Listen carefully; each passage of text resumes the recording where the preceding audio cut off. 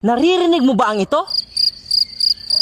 Alam mo ba, kaya nilang sabihin ang temperature ng palibot gamit ang kanilang sound. Paano? May formula. Yan ay crickets. Sa mainit na gabi, mabilis ang kanilang pag-chirp. Yan ang tawag sa kanilang sound. Sa malamig na gabi, mabagal. Cold-blooded kasi sila. Ina-adjust nila ang kanilang body temperature sa palibot. Bilangin nyo ang number of chirps sa loob ng 25 seconds. Pagkatapos, i-divide nyo by 3. And then, mag-add kayo ng 4. Ang sagot niyan, ang magiging temperature ng palibot in degrees Celsius. For example sa loob ng 25 seconds, merong 63 chirps. Divided by 3, yan ay magiging 21. Plus 4 equals 25. 25 degrees Celsius ang temperature ng palibot. Nakuha ba natin? Ang tawag sa formula na ito ay Dolbear's Law. Pero ang mahirap na part, dapat isang cricket lang. Minsan kasi sabay-sabayan sila. So, mahirap magbilang. Nakakagawa sila ng sound sa pag-grab ng kanilang pakpak. Ang isang pakpak ay may ridges. Ganito ang itsura. Ang isang pakpak naman, flat lang. Pero, kung mag-grab yan, gagawa yan ng sound. Parang ganito. Ito ang isang pakpak.